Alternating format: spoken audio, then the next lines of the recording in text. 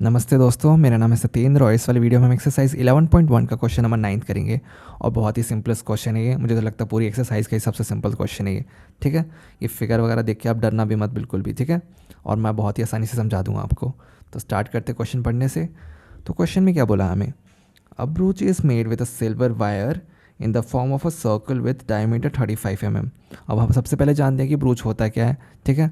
तो आपने देखा होगा ना, जो लोग शादियों में आते हैं वो कोट पे अपना एक सर्कल सा कुछ पहन के रखते हैं ना, चमकता रखता है जेब के ऊपर, आपने देखा होगा।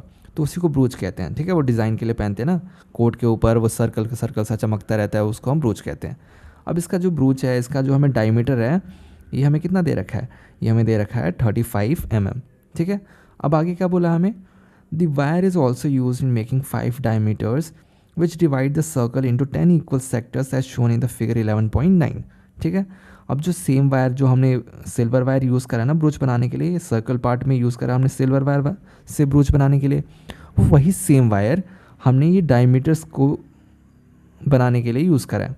ठीक है, ये जो डायमीटर्स हैं उसी वायर से हमने इन डायमीटर्स को भी बनाया है। ठीक है, समझ में आ गया। ये जो 5 डायमीटर्स हैं हमारे, ये सारे डायमीटर्स उस सिल्वर वायर से हमने बनाया। तो हमें फाइंड क्या करना है, the total length of the silver wire required. तो सबसे पहले हमें फाइंड करना है कि जो पूरी हमने सिल्वर वायर की टोटल लेंथ कितनी है, हमने कितना पूरा सिल्वर वायर यूज़ कर लिया। ठीक है, तो कैसे फाइंड करेंगे हम, तो सबसे पहले हम लिखेंगे आंसर, ठीक है, फिर लिखेंगे total length of silver wire. अभी कैसे निकालेंगे, तो सबसे पहले आप ध्यान से देखो, सबसे पहले तो हमने सर्कल वाला पार्ट बनाया सिल्वर की वायर से, है ना। तो सर्कल वाला पार्ट कैसे निकालेंगे, ये होता है हमारा सर्कमफ्रेंस हो जाएगा ना सर्कल का, और सर्कमफ्रेंस ऑफ सर्कल क्या होता है हमारा 2πr, ठीक है, प्लस में सबसे पहले ये बताओ, ये समझ में आ गया। सबसे पहले हमने सिल्वर वायर से सर्कुलर वाला पार्ट बनाया, ठीक है, जो ब्रूच का सर्कुलर पार्ट है। और किसी भी सर्कल का जो सर्कुलर पार्ट फाइंड करना है उसका फॉर्मूला क्या होता है 2πr, जो उसका सर्कमफ्रेंस होता है। ठीक है, अब हमने इतना तो फाइंड कर लिया। अब हमारा और एक्स्ट्रा क्या है, और इसका एक्स्ट्रा है 5 डायमीटर्स। इसके 5 डायमीटर्स भी हैं, तो इसके 5 जो डायमीटर्स हैं इनको भी तो ऐड करना पड़ेगा, क्योंकि हमने उसी सिल्वर वायर से बनाया है। यहाँ पे लिखा है ना, use the same making 5 diameters. ठीक है, तो ये जो हमारे 5 डायमीटर्स हैं इनको भी ऐड करना पड़ेगा। तो मैं यहाँ पे लिख दूँगा 5D। 5D मतलब क्या, 5 डायमीटर। अब हमें सिंपल वैल्यूज़ पुट करनी है। हमें डायमीटर कितना दे रखा है 35 mm, तो हमारा रेडियस कितना हो जाएगा 35/2 mm। ठीक है, इसमें कोई दिक्कत तो नहीं है, सिंपल सा है। अब वैल्यूज़ पुट करते हैं। मैं थोड़ा यहाँ से पुट करना स्टार्ट कर देता हूँ, क्योंकि उधर अगर मैं वहाँ से पुट करूँगा तो थोड़ा स्पेस की दिक्कत होगी। ठीक है, तो 2 इंटू पाई की वैल्यू होती है हमारी 22/7, रेडियस हो गया हमारा 35/2, प्लस में 5D, तो 5 इंटू डायमीटर कितना हमारा 35 mm। तो mm यहाँ पे लिखने की ज़रूरत नहीं है, वो मैं लास्ट में लिख दूँगा। अब वैल्यूज़ कुछ कैंसिल कर देते हैं।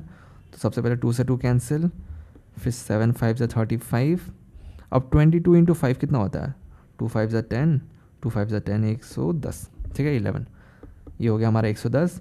अब हमारा 5 इंटू 35, तो 5 5 से 25, फिर 5 3 से 15 और 2 17, तो ये हो गया हमारा 175। अब इन दोनों को ऐड करेंगे तो आ जाएगा 285 mm। ठीक है, ध्यान से देखना, यहाँ पे mm लिखना है, सेंटीमीटर मत लिख देना, क्योंकि हर क्वेश्चन में सेंटीमीटर या फिर मीटर होता है ना, तो हमारा दिमाग वहीं घूमता रहता है। तो यहाँ पे ध्यान से सिर्फ mm लिखना है, ठीक है। ये सब कैलकुलेशन मिस्टेक बच्चे बहुत करते हैं, मैं भी करता था अपने स्कूल टाइम पे, मैम नंबर काट लेती थी आधे नंबर। ठीक है, तो इसी के साथ इसका फर्स्ट पार्ट तो कंप्लीट हो गया। अब इसका सेकंड पार्ट करते हैं। अब सेकंड पार्ट में क्या बोला, सो अब हम करेंगे 9th क्वेश्चन का सेकंड पार्ट। अब सेकंड पार्ट में क्या बोला हमें, the area of each sector of the ब्रूच। जो हमारा ईच सेक्टर है ना, जैसे कि एक सेक्टर हमारा ये बन रहा है ना, ये हमारा एक सेक्टर बन गया, तो बेसिकली इस सेक्टर का हमें एरिया फाइंड करना है कि हर एक सेक्टर का एरिया है कितना। ठीक है, तो फाइंड करते हैं। सबसे पहले हम लिखते हैं एरिया ऑफ सेक्टर का फॉर्मूला। ठीक है, तो एरिया ऑफ सेक्टर क्या होता है हमारा, एरिया ऑफ सेक्टर ये होता है हमारा θ/360 इंटू में πr²। ठीक है, तो हमारे पास रेडियस भी है, सारी वैल्यूज़ हैं हमारे पास, बस एक वैल्यू नहीं है, वो क्या है थीटा की वैल्यू नहीं है। तो हम कैसे फाइंड करेंगे, अब आप ध्यान से देखो, ये जो हमारा पूरा सर्कल है ना, पूरा सर्कल है, इसमें 10 सेक्टर्स हैं, है ना। एक सेक्टर ये रहा, फिर ये रहा, फिर ये रहा, ऐसे ऐसे हमारे पास टोटल कितने सेक्टर है, 10 सेक्टर्स हैं, और 10 के 10 सेक्टर क्या है, इक्वल है। यहाँ पे देख सकते हो आप 10 इक्वल सेक्टर्स, ठीक है। तो हमें किसी एक सेक्टर का एरिया एंगल फाइंड करना पड़ेगा। कौन सा एंगल, ये वाला एंगल। तो ये वाला एंगल कैसे फाइंड करेंगे हम, मैं आपको करके बताता हूँ। हमारे पास टोटल 10 पार्ट्स हैं, ठीक है। अगर हम 10 पार्ट्स का जो एंगल होगा, अगर पूरे मान लो पूरा 10 पार्ट्स इंक्लूड कर लें, तो हमारा एंगल कितना हो जाएगा, सारे 10 पार्ट्स को जोड़ेंगे तो हमारा एंगल 360 हो जाएगा, क्योंकि हमारा पूरा सर्कल हो जाएगा ना 10 पार्ट्स जोड़ देंगे तो मतलब कि 10 पार्ट्स हमारा 360 डिग्री एंगल बनाता है, ठीक है। तो एक पार्ट कितना बनाएगा, 360 अपॉन में 10, ठीक है। तो 0 से 0 कैंसिल, ये हो जाएगा हमारा 36 डिग्री। तो हमारे एक सेक्टर में एंगल कितना आ गया, 36 डिग्री। तो ये वैल्यू हम पुट कर देंगे, थीटा की जगह 36 अपॉन में 360, इंटू में पाई की वाली जगह 22 अपॉन में 7, रेडियस कितना है हमारा 35 अपॉन में 2 इंटू 35 अपॉन में 2, क्योंकि आर स्क्वायर है, ठीक है। अब वैल्यूज़ कैंसिल करते हैं, ये हो जाएगा 36 10 जा 360, और कुछ कैंसिल हो रहा है, 7 5 जा 35, 5 10 2 जो जा 10, 5 से 10 कट गया 2 जा, और कुछ कैंसिल हो रहा है, 2 11 जा 22। अब हमारा बचा क्या, 11 इंटू 35 अपॉन में ये 2 2 जा 4। अब 35 को 11 से करेंगे तो कितना हो जाएगा, 385, ठीक है। इसका शॉर्टकट बताऊँ आपको, किसी भी नंबर को मल्टीप्लाई करने का 11 से, 35 और 11 है ना, तो वो नंबर ऐसे लिख दो, 3 सबसे आगे, 5 सबसे इधर, और इन दोनों को जोड़ के बीच में, ठीक है। 385 ये होता है शॉर्टकट 11 से मल्टीप्लाई करने का, ठीक है। अब इसको हम 4 से डिवाइड 4 एज इट इज़ रहने देंगे, और हम चाहे तो इसको डिवाइड कर सकते हैं या फिर इतना भी छोड़ सकते हैं, ठीक है।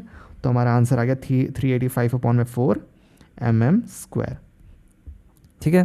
तो इसी के साथ हमारा क्वेश्चन नंबर 9 है जो कंप्लीट होता है। बहुत ही सिंपल क्वेश्चन था। कमेंट्स में बताना आपको कैसा लगा, ठीक है। मुश्किल लगा तो मुश्किल बता देना, मैं आज और अच्छे से समझाऊंगा नेक्स्ट वीडियो में, ठीक है। तो इसी के साथ 9th क्वेश्चन कंप्लीट होता है। Thank you and bye.